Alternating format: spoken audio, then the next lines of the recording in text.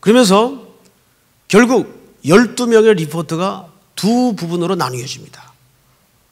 두 사람은 하나님께서 우리에게 허락하시면 능히 그 대적을 이길 수 있나이다. 근데 나머지 10명은 아니라 그 땅은 크고 두려운 땅이라. 그들의 높이는 크고 장대하나이다. 우리는 그 앞에 메뚜기 같으니이다. 이런 리포트를 냅니다. 이 소리를 접한 청중들은 각각 자기 장막에 들어가서 밤새 모세를 향하여 원망하고 대성통곡을 해요. 애굽에는 우리 묻을 땅이 없어 광야에 데려다 놓고 우리를 다 여기다가 매장시키려느냐. 불평, 불명을 쏟아내죠. 그러니까 하나님께서 내 귀에 들린 대로 내가 시행하리라. 내 귀에 들린 대로 내가 시행하리라. 그래서 그들이 죽겠다고 불평, 불만한 모든 사람들의 언어대로 하나님이 그대로 광야에서 그들을 쓸어버립니다. 결국은 이것이 40년 방황의 시작이었어요. 그러니까 항상 역사를 보면 다수의 소리가 옳았던 적이 별로 없어요. 역사의 정점을 찍었던 예수님의 사건을 보면 그때 민중은 예수를 어떻게 하라 그랬어요? 십자가에 못 박으라. 바라바를 놓아주소서. 예수를 십자가에 못 박으소서. 그것이 소위 대중이 소리쳤던 함성이었어요. 역사를 보면 다수가 승리하거나 다수가 옳았던 적이 거의 없어요. 늘 외로운 소리, 늘 작은 소리. 그 소리가 신음처럼 가녀리게 긴 역사 속에 결국 진상을 드러내는 걸 많이 봅니다. 이 성경 역사도 마찬가지죠. 다윗 같은 경우는 아버지 심부름으로 전쟁터에 나갔다가 사울과 및 이스라엘 군대가 거대한 골리앗 앞에서 벌벌 떨고 있는 장면을 봐요. 이때 다윗이 한 유명한 고백이 뭐죠? 전쟁은 여호와께 속한 것인즉 이 할례 없는 백성이 하나님의 군대를 모욕하느냐. 이 무슨 얘기입니까? 사울은 이스라엘 백성들과 함께 그 전쟁을 무슨 전쟁으로 왔어요? 크기의 싸움으로 이해했어요. 저쪽은 자본이 많은데 저쪽은 큰데. 근데 다윗은 정확하게 전쟁의 핵심 원리를 꿰뚫었어요. 전쟁은 여호와께 속한 것인즉. 이 전쟁은 누구 싸움이라는 얘기예요? 하나님이 하시는 싸움이라는 걸 고백합니다. 그래서 이 할례 없는 백성이 누구의 군대를? 하나님의 군대를 모욕하느냐. 소속의 문제로 봤어요. 크기의 문제로 본 게 아니라. 여러분들도 오늘 하루뿐 아니라 생을 살아가면서 어떤 위협과 도전과 거대한 산맥 앞에 부딪힐 때마다 이 전쟁의 원리를 잘 봐야 돼요. 이것이 크기의 싸움인가? 하나님께 속한 소속의 하나님의 싸움인가?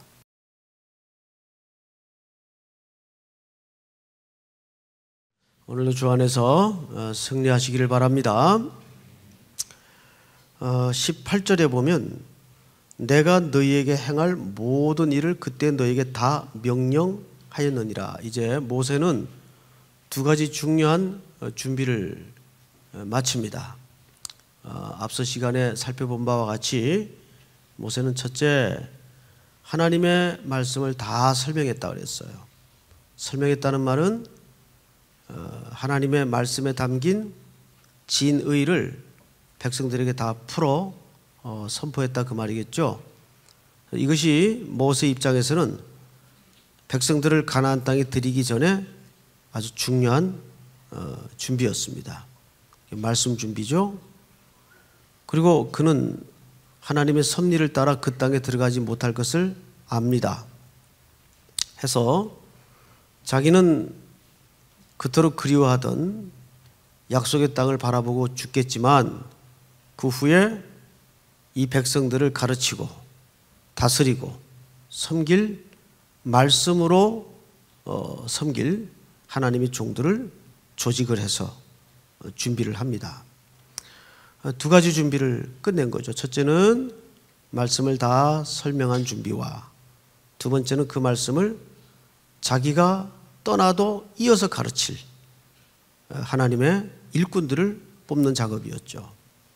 결국 보면 가장 중요한 준비는 사람 준비입니다. 인물이 준비되지 못할 때 시대는 혼란스러워지고 어두워지죠. 모세는 그렇게 철저하게 두 가지를 준비합니다. 말씀 준비와 사람 준비. 그리고 그는 그 가나안을 바라보고 이제 죽습니다. 그런데 이제 이 신명기서를 그렇게 기록을 하면서 19절부터 보십시다.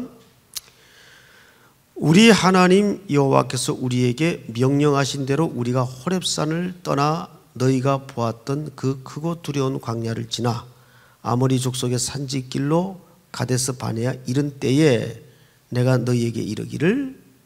자, 이 무슨 얘기냐면 지금부터 하는 얘기는 모세가 이스라엘 백성들에게 과거에 너희들이 이 땅에 제대로 걸었으면 그 노정대로라면 10하루면 걸었을 길을 왜 40년 돌아다닌지를 아느냐? 왜 그렇게 시간과 세월을 낭비하게 됐는 줄 아느냐? 이제 그 실패의 원인을 회상 형식으로 쓰는 겁니다. 19절부터. 그러니까 그 말은 실패한 역사를 통해서 다시는 그런 실패에 넘어져서는 안 된다라는 부탁의 차원에서 다시 하나님께서 이들에게 명령했던 명령을 쓰는 차원에서 신명기를 이렇게 기록을 하는 겁니다. 그래서 어쩌면 오늘 이 19절부터는 신명기서의 본론 부분에 진입을 했다 해도 틀린 말이 아니겠죠. 어떤 일을 회상시켰나 좀 봅시다. 19절. 우리 하나님 여호와께서 우리에게 명령하신 대로 우리가 어디를 떠나죠? 호렙산을 떠나. 여러분, 이 호렙산은 이스라엘 민족과 공동체에게 매우 중요한 상징적 산입니다. 하나님은 이 공동체를 원점에서 돌리고 새롭게 출발시킬 때에는 반드시 호렙산에서부터 출발을 시킵니다. 기억하십니까? 엘리야가 로뎀 나무 밑에 누워서 하나님 이제 그만합시다. 나도 더 이상 못하겠습니다. 지쳤습니다. 내 생명이 넉넉하니까 충분하니까 이제 여기서 거둬가 주십시오. 깊은 영적인 수렁에 들어갑니다. 그런 엘리야를 하나님께서 음식을 먹여 힘을 복두두게 한 다음에 마지막에 어디에다 세우죠? 호렙산 굴 앞에 세워요. 그리고 네 가지 사인을 주죠. 바람, 불, 지진, 마지막이 뭐죠? 세미한 소리. 그 세미한 소리라는 말은 콜 디마마 다카라는 히브리 말로서 신이 돌을 쪼개는 소리란 뜻입니다. 성경에 보면 신이 돌을 쪼개는 광경이 어디서 등장을 하죠? 하나님이 친히 십계명을 쓰실 때 그 얘기입니다. 근데 그 광경을 어디에서 경험케 하죠? 호렙산 굴 앞에. 그 깊은 영적인 침륜에 빠졌던 엘리야를 호렙산에 세워요. 그 호렙산은 이스라엘 민족에겐 어떤 산이었기 때문이죠? 모세가 하나님의 율법을 받던 산입니다. 하나님이 모세에게 율법을 줄 때 그 호렙산에서 주시죠. 그 엘리야를 왜 거기다 세우셨을까요? 엘리야의 이 낙심의 이유는 심리적인 문제도 아니고 환경적인 문제도 아니라 하나님의 말씀에서 떠나 있기 때문에 나타나는 중요한 증상들이었어요.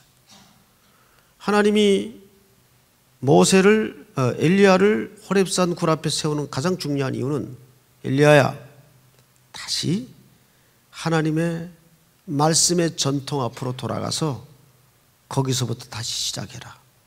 이거를 그 말씀의 혼돈의 시대에 엘리야에게 명령하는 겁니다.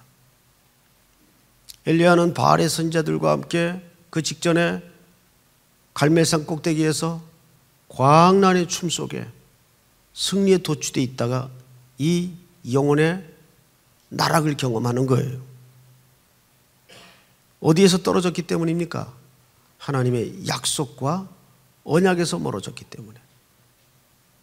그래서 엘리야를 회복하는데 그 출발점을 호렙산 굴 앞에 세미한 소리 가운데에서부터 출발을 시키는 거예요. 사도행전에 보면 초대교회를 열었던 부흥의 역사가 어디서부터 시작이 됩니까?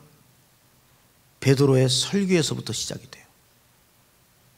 베드로가 예수 그리스도의 죽음과 그분의 십자가 사건을 구약의 예언부터 쭉 정통 설교를 하고 난 이후에 어떤 일이 벌어집니까?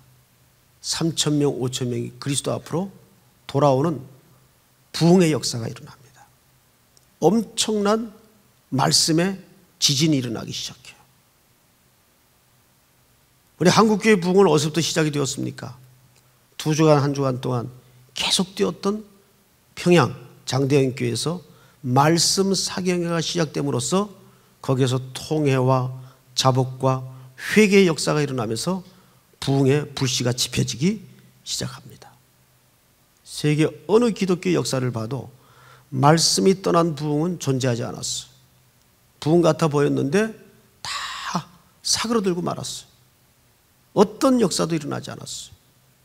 그런데 하나님의 말씀이 전제된 부흥은 반드시 그 시대를 바꿉니다. 사람을 부서뜨렸 각성운동을 일어나게 합니다. 하나님은 이스라엘 공동체를 늘 새롭게 출발시킬 때마다 이 호렙산에서부터 시작을 해요. 왜? 호렙산은 모세가 하나님께로부터 말씀을 부여받던 시간이에요. 그 산입니다. 여러분, 사람이 병이 들면 제일 먼저 나타나는 현상이 뭐죠? 밥맛이 떨어져요. 다 귀찮아요. 밥을 먹기 싫어요. 입맛이 딱 떨어지죠. 그러면서 몸에 이상이 온 거예요. 영적인 문제도 마찬가지예요. 영적으로 병이 들기 시작하는 전조 증세가 뭐냐면 말씀의 허기가 사라져요. 말씀을 안 먹는데도 배도 안 고프고 뭐 그냥 덤덤해요. 이거 그러면 심각해지는 거죠. 밥 안 먹었는데도 배가 안 고파. 어떻게 되는 거죠? 병이 드는 거예요. 그래서 우리 삼일교회 성도들은 항상 말씀에 허기가 지는 복이 있기를 축복합니다. 사슴이 신의 물을 찾기에 갈급함 같이. 시편 기자도 말하기를 여종이 주모의 손을 바람처럼 늘 그런 목마름이 있어야 돼요. 심령이 가난한 자는 복이 있나니. 이것이 우리 기독교가 지향해야 될 중요한 영적인 허기입니다. 그래서 오늘 이 새벽에도 여러분들이 기도할 때 하나님, 제 영혼 깊숙한 곳에 하나님의 말씀에 대한 허기를 회복시켜 주시옵소서. 늘 배고픈 애들이 잘 먹고 또 잘 자라잖아요. 어떤 애들은 하루에 6끼 먹는 애를 봤어요. 6끼. 제가 우리 집 둘째라고 얘기는 안 하겠는데, 아이고, 이놈은 중학교 때 하여간 6끼를 먹더라고요. 밥통을 꿰차고 앉아있어요, 그냥. 그러더니 키가 크는데 1년에 15cm가 커요. 그러니까 이 제 사이즈에 1m 80짜리가 나오더라고요. 이걸 보고 사람들은 다 은혜라고 얘기를 해요, 은혜. 나올 수가 없잖아, 1m 80이. 근데 먹어야 돼요. 허기가 져야 먹죠. 허기가 져야. 이 새벽에 나오는 것도 영적인 허기 때문에 나오는 거죠. 만족하고 다 된 것 같고 배부르면 여기 이 새벽에 멀쩡한 정신으로 어떻게 나옵니까? 아멘. 성경을 좀 보십시다. 19절 보시면 호렙산을 떠나 너희가 보았던 그 크고 두려운 광야를 지나. 무슨 광야라 그랬죠? 크고 두려운 광야. 광야가 뭐 어떻길래 이게 크고 두려운 광야라고 했을까? 이 본문만 가지고는 잘 모르겠어요. 그래서 우리 성경 해석의 원리를 따라 이제 성경은 이 크고 두려운 광야를 어떻게 소개하고 있나? 우리 8장 15절을 잠깐 열어보십시다. 거기 손으로 좀 쳐보시고 8장 15절. 자, 우리 한번 같이 읽을까요? 시작.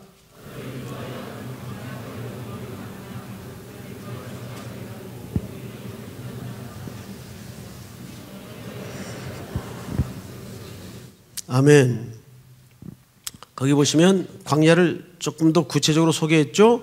곧 불뱀과 전갈이 있고 물이 없는 간조한 땅을 뭐라 그랬어요? 크고 두려운 광야라 그랬어요.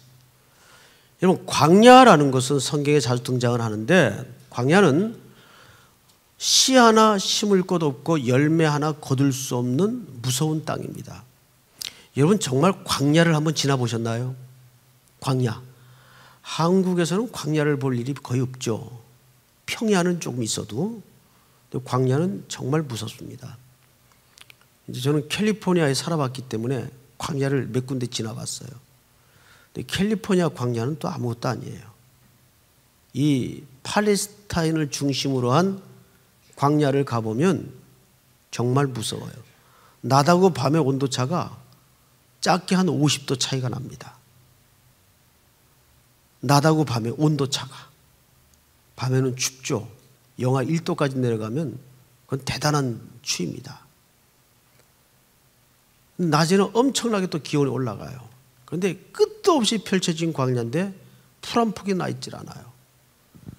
그 길을 자동차가 외로이 이렇게 혼자 가는데 무서워요. 그것도 20, 30년 전에는 갱들이 습격을 해서 사고도 나고, 그래서 자동차가 가다가 차를 만나면 반가워가지고 이렇게 앞서거니 뒤서거니 같이 어울려 가요. 혼자 가지 못하고 같이 쭉 갑니다.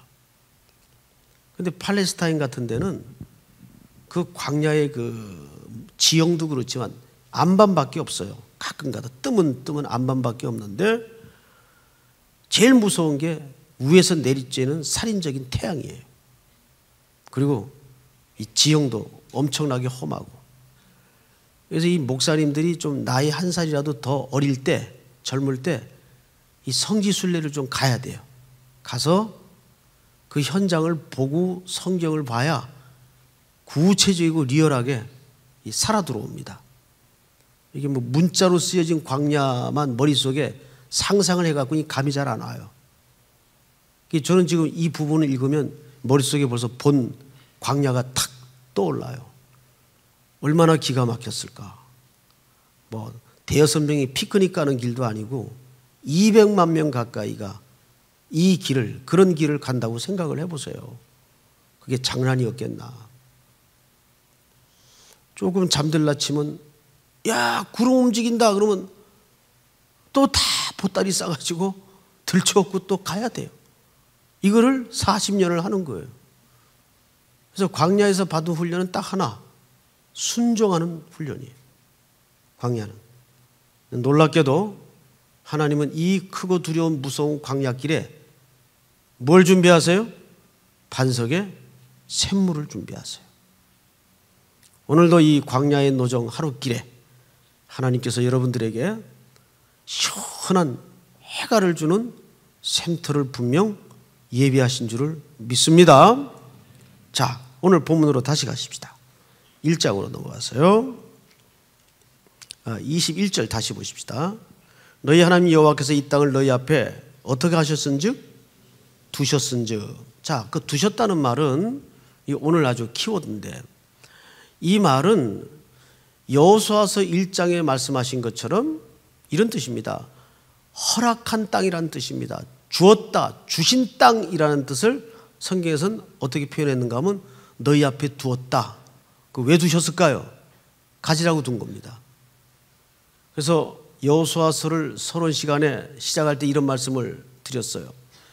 이스라엘 공동체가 가나안 땅은 절대 총칼로 크기의 힘으로 싸워서 뺏는 땅이 아니고 이미 주신 땅을 순종해서 내 것으로 확인하는 땅이라고 그랬어요.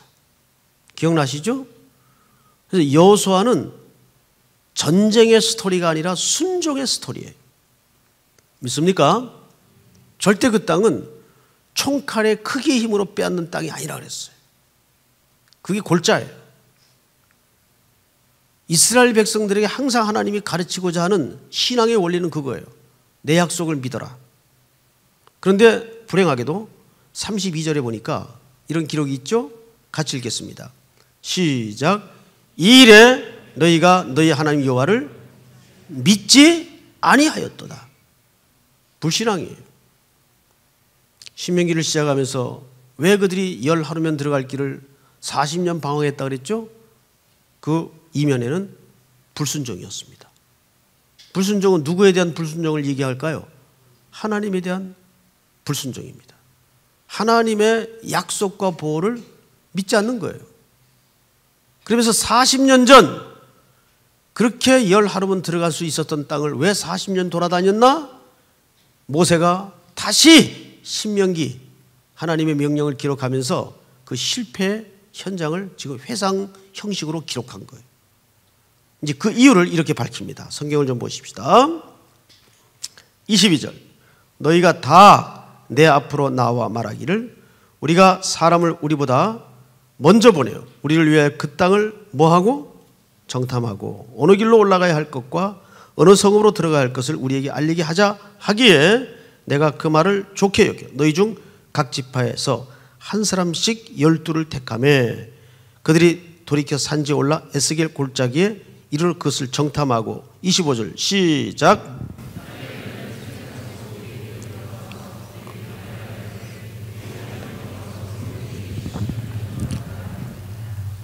그런데 그러나 너희가 올라가기를 원하지 아니하고 너희 하나님 여호와의 명령을 거역하여 장막 중에서 원망하여 이르기를 여호와께서 우리를 미워하심으로 아모리 족속의 손에 넘겨 멸하시려고 우리를 애굽 땅에서 인도하여 내셨도다. 28절 다 같이 시작.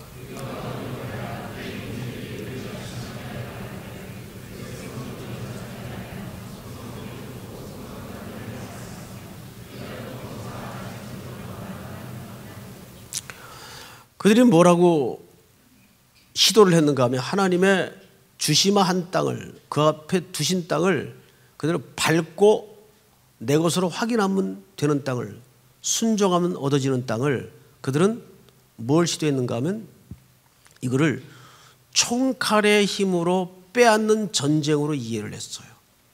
그래서 정탐꾼을 들여보냅니다.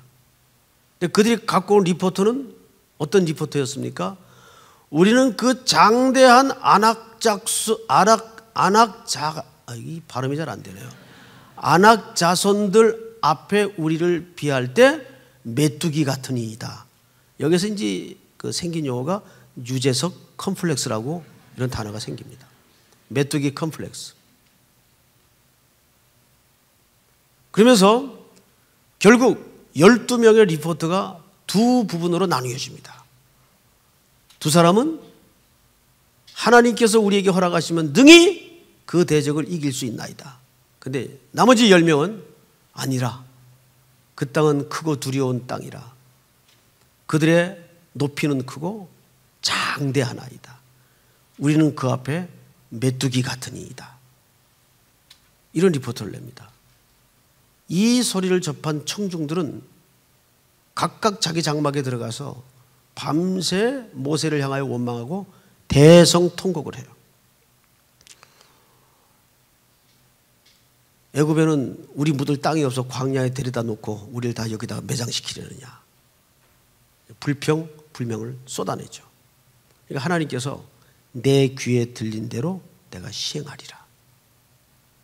내 귀에 들린 대로 내가 시행하리라. 그래서 그들이 죽겠다고 불평불만한 모든 사람들의 언어대로 하나님이 그대로 광야에서 그들을 쓸어버립니다.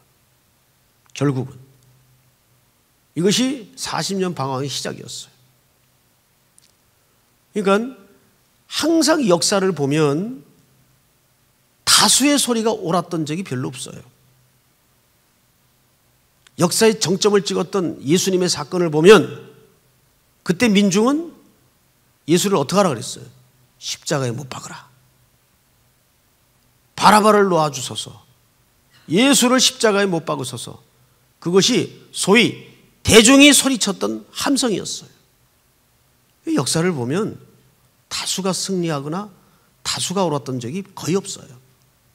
늘 외로운 소리, 늘 작은 소리, 그 소리가 신음처럼 가녀리게 긴 역사 속에 결국 진상을 드러내는 걸 많이 봅니다. 이 성경 역사도 마찬가지죠. 다윗 같은 경우는 아버지 심부름으로 전쟁터에 나갔다가 사울과 및 이스라엘 군대가 거대한 골리앗 앞에서 벌벌 떨고 있는 장면을 봐요.